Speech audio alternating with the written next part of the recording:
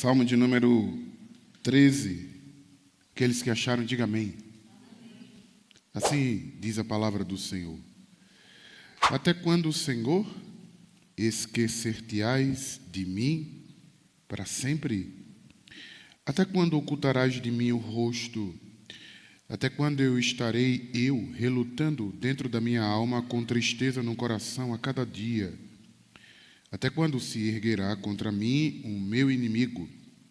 Atenta para mim, responde-me, Senhor, Deus meu, ilumina-me os olhos para que eu não durma o sono da morte, para que não diga ao meu inimigo, prevaleci contra ele, e não se regozijem os meus adversários, vindo eu a vacilar. No tocante a mim, confio na tua graça, regozija-se o meu coração na tua salvação. Eu cantarei ao Senhor, porquanto me tem feito muito bem. Amém? Vamos orar? Senhor, graças te damos pelo privilégio de poder estar aqui na tua casa, ler a tua palavra, cantar louvores ao Senhor, dizer que ao Senhor é adoração, o louvor, que tudo seja dado para ti. Mas também nós estamos aqui para também sermos alimentados por meio do teu evangelho, por meio da tua palavra. Ministre sobre nós a tua palavra, traga exortação, se assim for da tua vontade, traga edificação, traga salvação, que a tua palavra cumpra o propósito assim designado. Colocamos, Senhor, todos esses pedidos em tuas mãos e na tua dependência, certo que o Senhor nos ouve, porque nós oramos em o nome do Senhor Jesus. Amém. Vocês, por alguma razão, já ouviram falar sobre alguém que é bipolar? Vocês já ouviram algo assim sobre pessoas bipolares? Pessoa que, de certa forma, vive de um jeito, se acorda de um jeito, passa um bom tempo de um jeito, no outro dia você encontra a pessoa é totalmente diferente, parece que se acordou ao avesso, não é? Você passa a pessoa, Pai do Senhor e tal, aquela alegria toda. E depois, quando você passa de novo por aquela pessoa, a pessoa diz, tudo bem com você? A pessoa diz, só se estiver bem com você, comigo não está não. Vocês já viram pessoas assim, meio bipolar, que uma hora está feliz, outra hora está triste, uma hora brinca, outra hora não brinca, uma hora abraça, outra hora não abraça, uma hora fala, outra hora não fala. Pessoas que parecem que estão numa montanha russa, uma hora está lá em cima, outra hora está lá embaixo. Pois é. Se vocês olharem esse Salmo de número 13, é exatamente assim. Essa mistura de sentimentos que permeia esse Salmo aqui. Se eu fosse dar um tema para esse Salmo, meu tema seria o seguinte: da angústia à alegria. Esse é o tema desse Salmo. Ele sai da angústia para a alegria. E perceba que vocês vão ver que muitas coisas que ele coloca aqui nesse Salmo é extremamente ofensivo do ponto de vista do nosso Salvador. Parece que o salmista ele não tempera as suas palavras, parece que ele não está pensando e analisando perfeitamente o que ele está falando. Parece que ele está deixando que a angústia governe profundamente o seu coração, guie as suas palavras, seus pensamentos, e muitas vezes ele não consegue refletir no que ele está falando.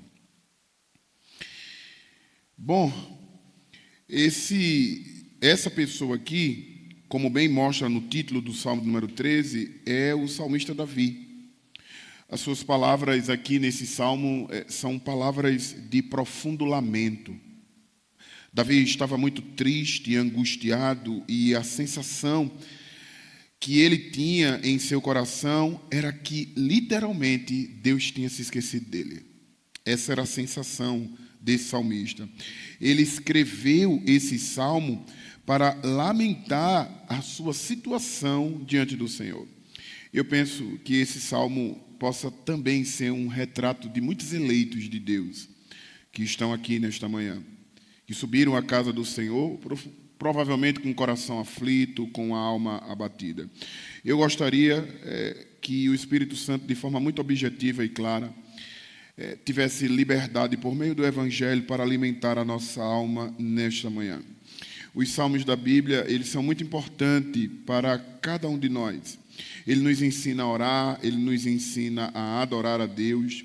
Nós temos na Bíblia, como vocês já me ouviram várias vezes, salmos de celebrações, salmos imprecatórios, salmos de lamentações. Nós temos um leque de salmos aqui na Bíblia.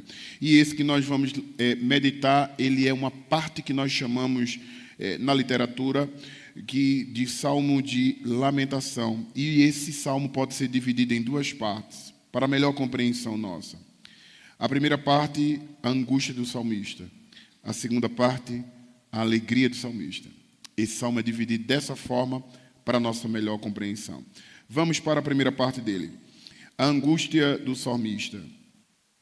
Onde é que está? Está do verso 1 até o verso 4. Veja se você não percebe se ele não está angustiado. Verso 1 até o verso 4. Até quando, Senhor? Esquecer-te-ás de mim para sempre? Até quando ocultarás de mim o rosto? Até quando eu estarei relutando dentro da minha alma, com tristeza no coração a cada dia? Até quando se erguerá contra mim o meu inimigo? Atenta-me, responde-me, Senhor, Deus meu, ilumina os meus olhos para que eu não durma o sono da morte, para que não diga o meu inimigo, eu prevaleci contra ele e não se regozijem os meus adversários, vindo eu ao que, gente? A vacilar. Note a primeira ênfase desse salmo aí, que nos chama bastante atenção, é a palavra até quando. Eu não sei se você é curioso como eu, mas eu grifei aqui no texto e, no mínimo, pelo menos, se eu não passei desapercebido, 4 vezes ele pergunta, até quando? Até quando? Até quando? Até quando? Veja, a primeira pergunta é, até quando o Senhor vai se esquecer de mim? Para sempre? Veja o que é um coração aflito. Como pode Deus se esquecer de alguém? Essa é a primeira pergunta. Como pode? A onisciência de Deus não pode ter lapso de memória. Deus não é Anderson, que muitas vezes se esquece de muita coisa aqui na igreja. Vocês sabem aqui da minha luta com essa minha cabeça. Muitas vezes eu me esqueço de muitas pessoas. Às vezes eu estou andando aqui no meio da cidade e algumas pessoas passam por mim. A paz do Senhor, tudo bem? Érica está do meu lado e diz, tu sabe quem é? Não sei não, mas eu acho que é crente. Está dando a paz, né? Deve ser crente. Muitas vezes a gente não se lembra das pessoas. Nós temos esse tipo de lapso de memória, a gente se esquece mesmo. Às vezes a gente se esquece. Não sei quantos de vocês já tiveram, já passaram por esse tipo de situação. Vocês saem de casa, fecha a porta. Está no meio do caminho, aí vem naquela cabeça. Fechei ou não fechei? Tem certeza que eu fechei? Rapaz, e se eu não tiver fechado? Aí volta. Aí vai lá e vê lá. No caso de vocês, dona de casa, vocês têm esse tipo de lapso, né? No meu caso é com carro, porque o meu carro não trava no alarme, trava na chave. E aí eu vou lá, travo. No meio do caminho, muitas vezes aqui no centro da cidade acontece isso comigo. No meio do caminho eu digo, rapaz, será que eu fechei o carro? Aí um apartamento diz, fechou, menino, vai embora. Aí outra parte diz assim, se não fechou, tu vai ver a bagaceira que vai ser quando tu chegar, o carro aberto, todo mundo levou. Eu sabe de uma coisa, eu vou voltar. Aí eu volto. Pois é, sabe o que é que o salmista está querendo dizer? Que Deus é assim. Ele está certo? Deus não é assim. E que bom, viu? Deus nunca se esquece do seu povo. Olha que coisa linda.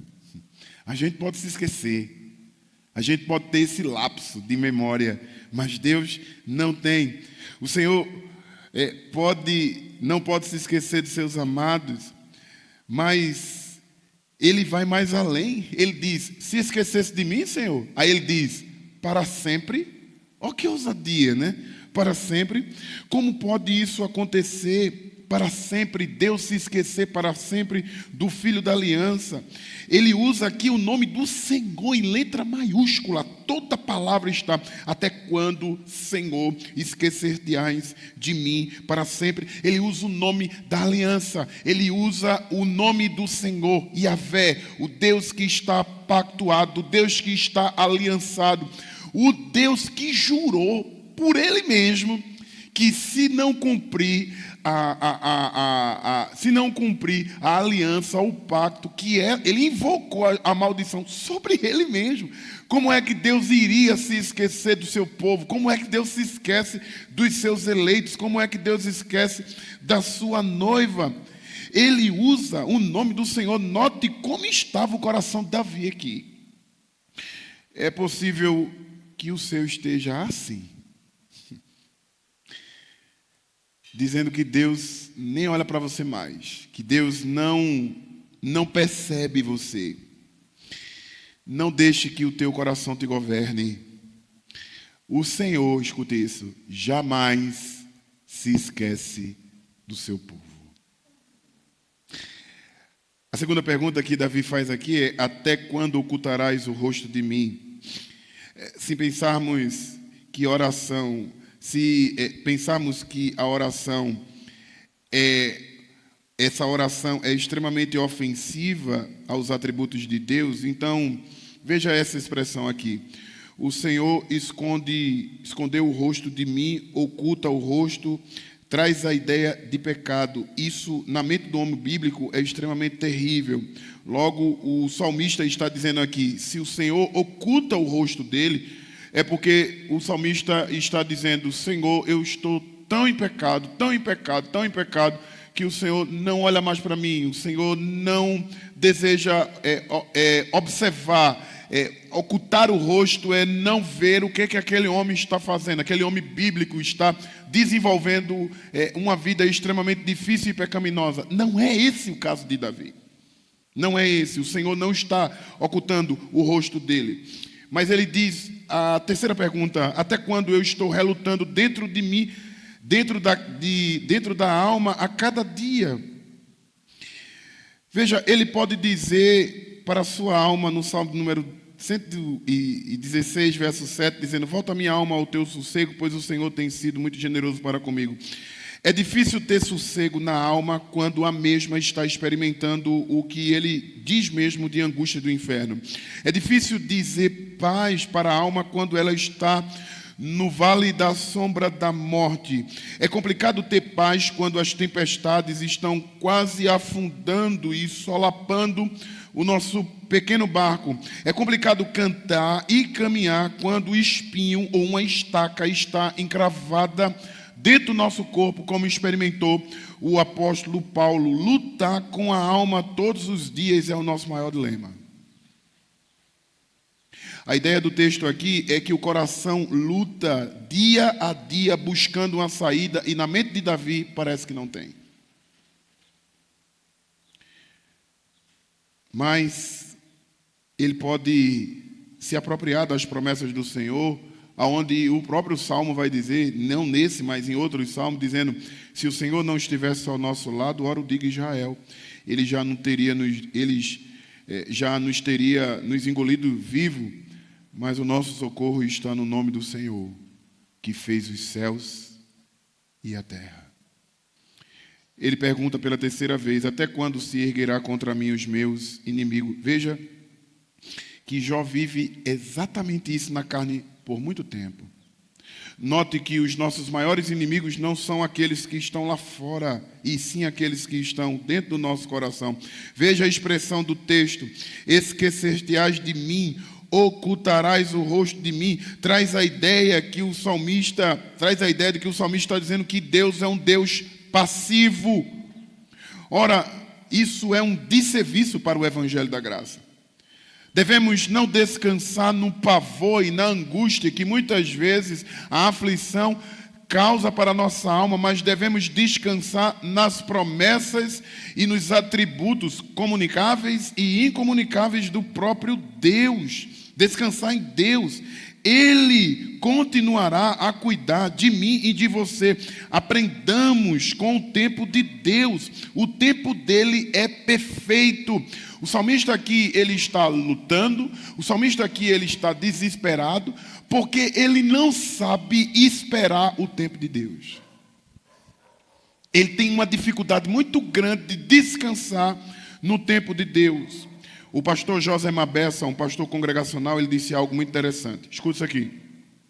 Ele diz: o Deus eterno criou o tempo.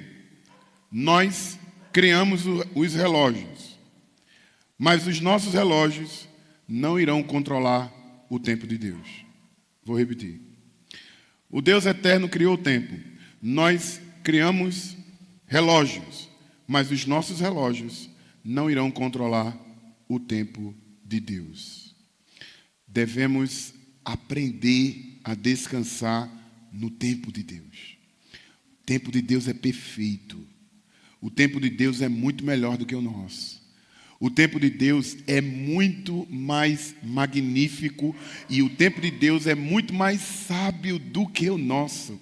Nós devemos descansar e dizer: Senhor, que o Senhor governe o meu coração, que o Senhor acalme a minha alma, que eu não fique pensando no meu tempo, mas no teu tempo, que eu faça como o Salmo número 40, esperei pacientemente no Senhor, Ele, no tempo dele, se inclinou-se para mim e ouviu o meu clamor, me tirou de um charco de lodo, de um tremedal de lama, me colocou sobre uma rocha e um novo cântico na minha boca. É preciso que aprendamos a esperar o tempo de Deus. Ele está suplicando aqui.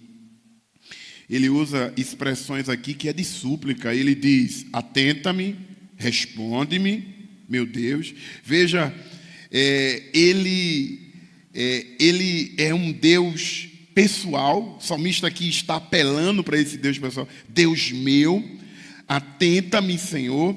Responde-me. Ele está trazendo à tona não um Deus distante, mas um Deus muito pessoal. Mas para ele, mesmo ele usando expressões de um Deus distante, de um Deus presente, de um Deus perto, mas mesmo ele usando a expressão atenta-me, responde-me, Deus meu, mas parece que isso são só palavras. Parece que na oração desse servo aqui, Deus está muito, mas muito distante. Como uma alma extremamente difícil de compreender quando ela está orando e sendo governada pela aflição. Ele disse que Deus se esqueceu dele, mas ele sabe que o único que pode lhe ajudar é Deus, e por isso ele ora. Não é curioso? Ele diz: se esquecesse de mim, Senhor. Mas na mesma sentença ele diz: ajuda-me. Como é que pode? Se esqueceu, ajuda-me.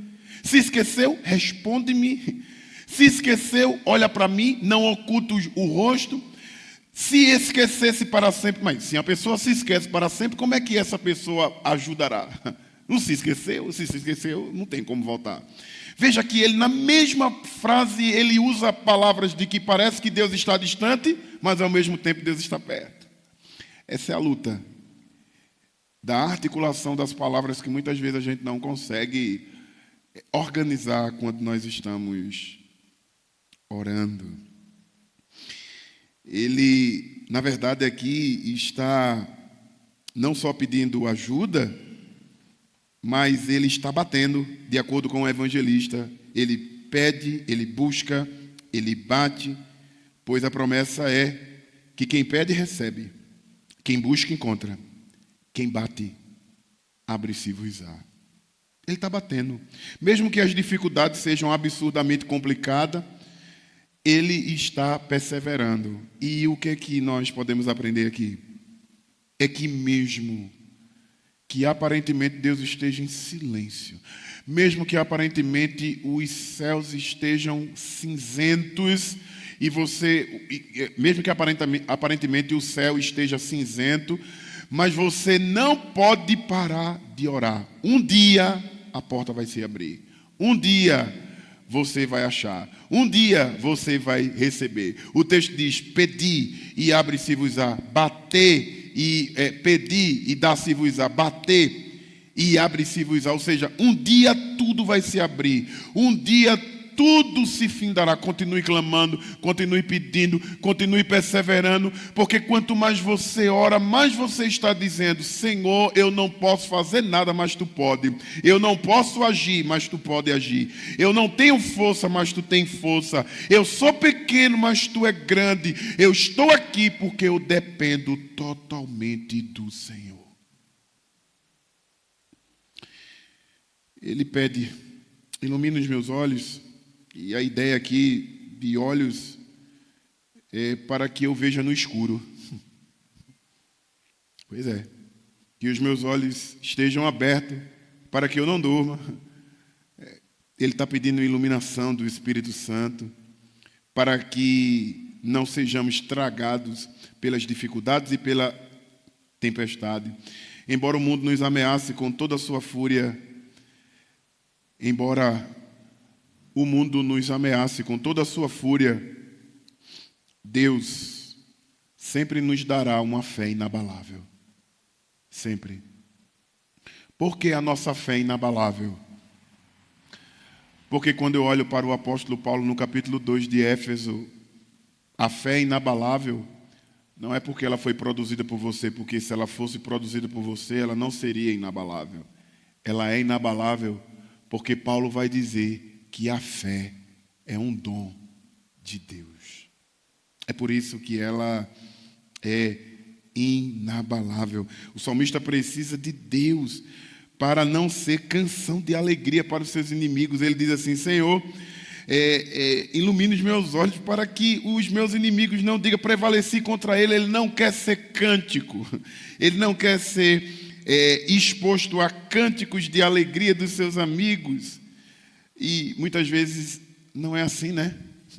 Não deveria ser, mas eu não sei se vocês já perceberam que muita gente torce para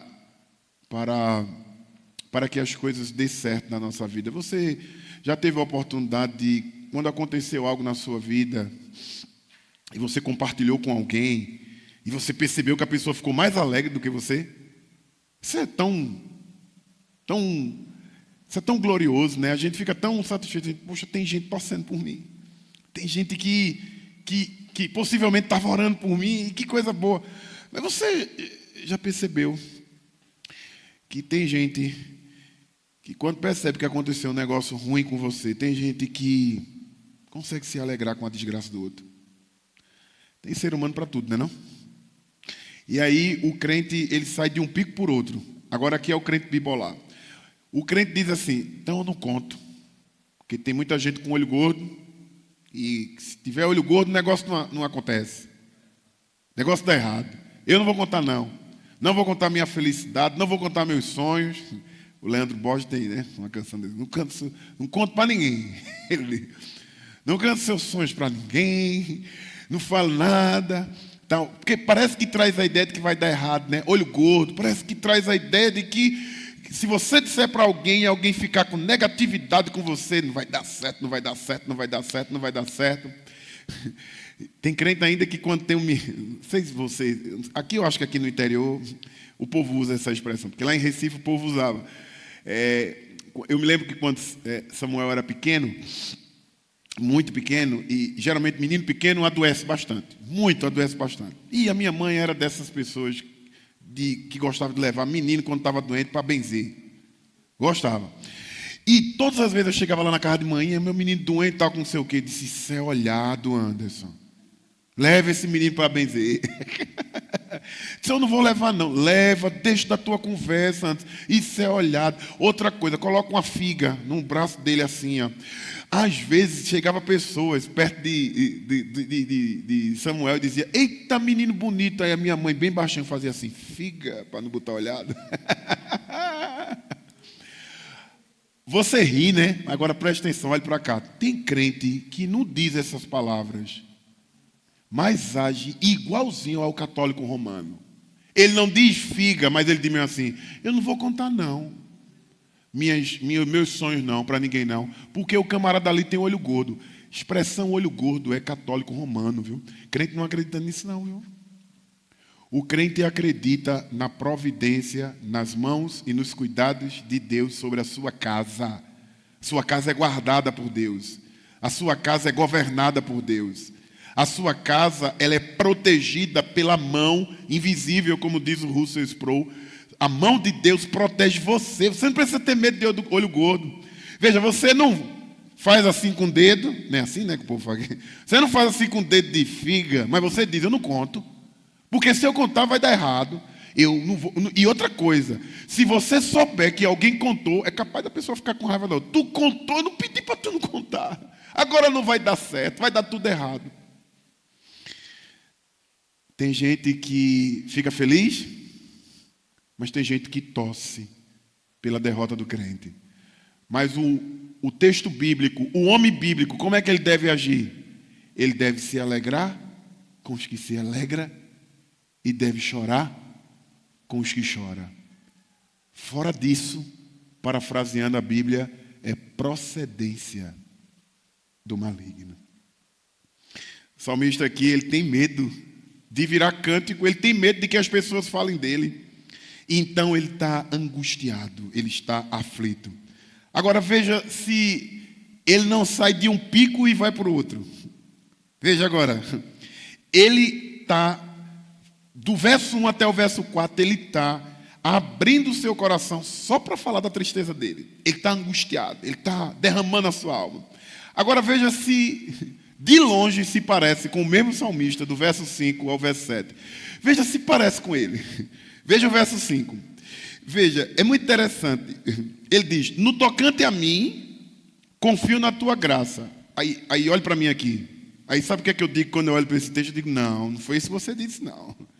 Você disse que no tocante a você, Deus se esqueceu de você para sempre. Foi que mudou? Vocês estão vendo aí? Como é que, veja, é muito interessante, ele diz, ele vem dizendo até quando, ele diz, no tocante a mim, no tocante a você, você estava orando, dizendo que Deus tinha se esquecido de você. Já se esqueceu? É óbvio que ele se esqueceu ou não. Ele está tendo aqui alguns picos. Ele diz, no tocante a mim, eu confio no quê? Na sua graça. Regozija-se o meu coração na tua salvação. Mas como é que pode um coração? Estava tão triste e está alegre, mas vai melhorar agora, verso 6, ele vai dizer, cantarei ao Senhor, porquanto me tem feito o quê? E tinha feito muito bem mesmo, porque não me parece. Não era isso que o Salmo diz? Não me parece. O que foi que aconteceu aqui? Lembra do meu tema? Da tristeza para a alegria. Esse é o pico que ele saiu daqui. Ele sai da tristeza para a alegria. Ele diz, eu confio na sua graça. Alguma coisa mudou aqui nesse salmista? Não. Ele continua o mesmo. Ele não confia nele. Ele diz, no tocante a mim, eu não tenho condições de confiar em mim. Porque se eu confiar em mim, eu só vejo desgraça. Se eu confiar em mim, eu só vejo problema. Se eu confiar em mim, eu só posso observar que o Senhor se esqueceu, que o Senhor me abandonou, que o Senhor não fez nada. Mas no tocante a mim, eu confio em algo muito mais forte e muito mais poderoso. E o que é? A graça. É isso que ele diz. E graça aqui significa que ele diz, no tocante a mim eu confio no teu amor, no tocante a mim eu confio na tua bondade, no tocante a mim eu confio na tua fidelidade. O que é que o salmista está dizendo aqui? Que ele sabe que os seus pés são pés de barro, mas ele sabe que mesmo que ele esteja fraco, que mesmo que ele esteja debilitado, que mesmo que ele esteja aflito, ele entende que é o Senhor que o fortalece e o Senhor é o que segura. O que esse salmista está querendo dizer? Senhor, eu estou aqui, como vocês dizem aqui, parafraseando, não vocês, mas parafraseando Jessé.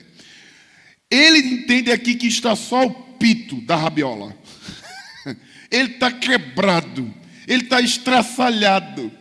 Mas ele entende que ele só continua caminhando porque Deus está sustentando ele.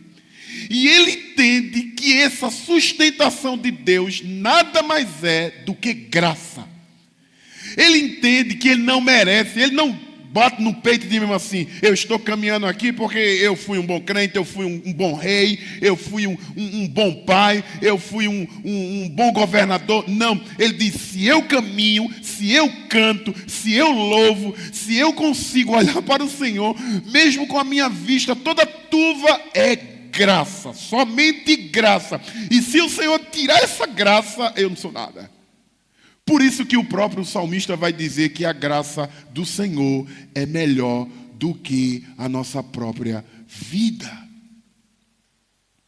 Ele agradece ao Senhor. Veja que o verso 5, ele diz: o meu coração se alegra na salvação. Note que ele não se concentra na quantidade de fé. Ele se concentra no objeto da sua fé. Esse cristão aqui sabe quem é o objeto da sua fé. Ele não diz assim: Senhor, a minha fé, olha, eu estou aqui porque é a minha fé, eu estou aqui porque é por causa da minha fé. Não, ele se concentra no objeto da sua fé. Hebreus vai dizer isso, que o objeto da nossa fé é o autor e consumador, Jesus Cristo, o nosso sumo sacerdote. Logo ele diz assim: eu confio no Senhor. Eu não tenho força, mas eu confio no Senhor. Eu não sei orar, mas eu confio no Senhor. As minhas palavras não são muito bem articuladas, mas eu confio no Senhor. Eu sou um miserável pecador, mas eu confio no Senhor. Tudo que eu faço, tudo que eu penso, quando eu caminho, quando eu me levanto de manhã, quando eu vou dormir, quando eu estou me relacionando no meu trabalho, me relacionando com meus amigos, quando eu entro na igreja e eu não consigo, sobre hipótese alguma, Senhor, orar, cantar, mas eu faço isso unicamente confiando no objeto da minha fé, esse objeto que é cheio de graça e que é rico em misericórdia, Cristo Todo-Poderoso. Por isso que ele termina o verso 6 dizendo: cantarei ao Senhor, porque ele tem me feito muito bem. Mas esse homem estava sofrendo, ele estava experimentando um aparente abandono. Mas sabe o que é que esse 6 me lembra? O texto do apóstolo Paulo em Romanos. Sabe o que é que ele diz lá? Todas as coisas cooperam para o bem daqueles que amam a Deus. Por que todas as coisas cooperam? O que é todas aí? As coisas boas e as coisas ruins. Todas as coisas cooperam. As coisas boas te aproximam do Senhor? Sim. E as aparentemente ruins? O que elas fazem? Te afasta? Não. Te aproxima. Um mártir chamado Filpode, antes de morrer na fogueira, disse as seguintes palavras: o mundo se admira por sermos tão felizes em situações miseráveis e extremas, mas o nosso Deus, que é onipotente, transforma a penúria de aflição em felicidades. O cântico, a nossa adoração, não pode ser só em momentos de felicidade. Aprendamos com esse salmista aqui. A nossa adoração não deve ser só em momentos bons. Você não foi convocado por Deus para subir aqui à casa do Senhor, no dia do Senhor, para adorar a Ele só em momentos bons. O Senhor tem feito muito bem para você. Você pode dizer isso para Ele? Senhor tem feito muito bem para você. Senhor tem te abençoado muito. Cante ao Senhor, porque você será recompensado. Cante ao Senhor, porque você será recompensado. Sua confiança em Deus nunca será em vão. Por isso eu creio que o salmista compreende bem isso ao escrever, não só o final desse salmo aqui que nós estamos vendo, mas o salmo de número 35, verso 15. Nas tuas mãos, Senhor. Olha o que é que diz esse salmo 35, verso 15. Nas tuas mãos, Senhor, estão todos os meus dias. Sabe o que é que ele está querendo dizer? Que hoje você está nas mãos do Senhor.